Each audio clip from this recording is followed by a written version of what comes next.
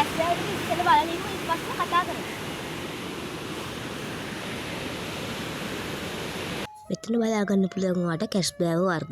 මෙතන කැස් බෑව් වර්ග ගොඩක් ඉන්නවා. මේ විස්තර වලින් කැස් බෑව් වර්ග වෙන් කරලා තියෙනවා. මේ කැස් බෑව් ගැන කතා කරොත් අපිට ගොඩක් දේවල් කතා කරන්න පුළුවන්. මේක ඔයාලට පළමු බටු කැස් බෑව් වගේ කැස් බෑව් වර්ග මේ ප්‍රදේශයේ දැක් ගන්න හැකියාව තියෙනවා. ඉතින් මෙතන එකේ කැස් බෑව් වර්ග මේ ප්‍රදේශයේ දැක් හැකි වෙනවා. එක කැස් බෑව් වර්ගයක් දුර්වල ගණයට අයත් වෙලා තියෙනවා. ඉතින් අපි ඊළඟ තැනට යමු.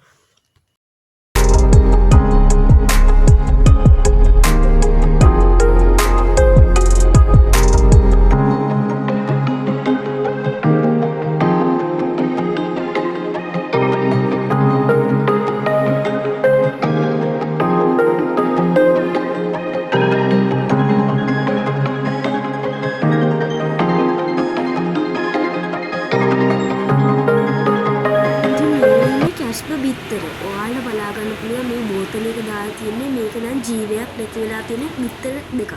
ඊට අමතරව ඔයාලට බලා ගන්න පුළුවන් මේ මැරිච්ච කැස් බෑවේ. එයාගේ පොඩි උපදින්න ගමන් මැරිච්ච කැස් බෑවේ තමයි මේක ඔයාලට බලා ගන්න පුළුවන් වෙන්නේ.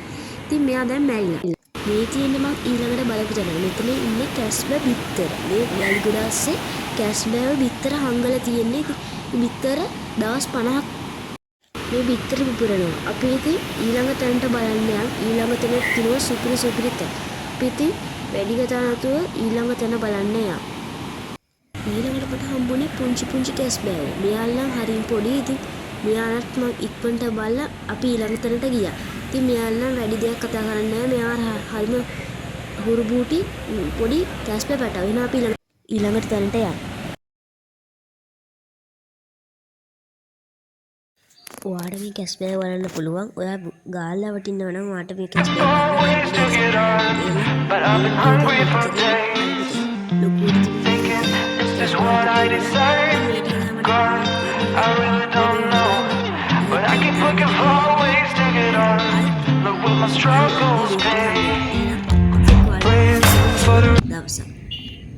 ඔයාගේ යාළුවන්ටත් බලන්න ෂෙයා කරන්න අපේ channel එකත් එක්ක දිගටම ඇතුළේ වෙන්න.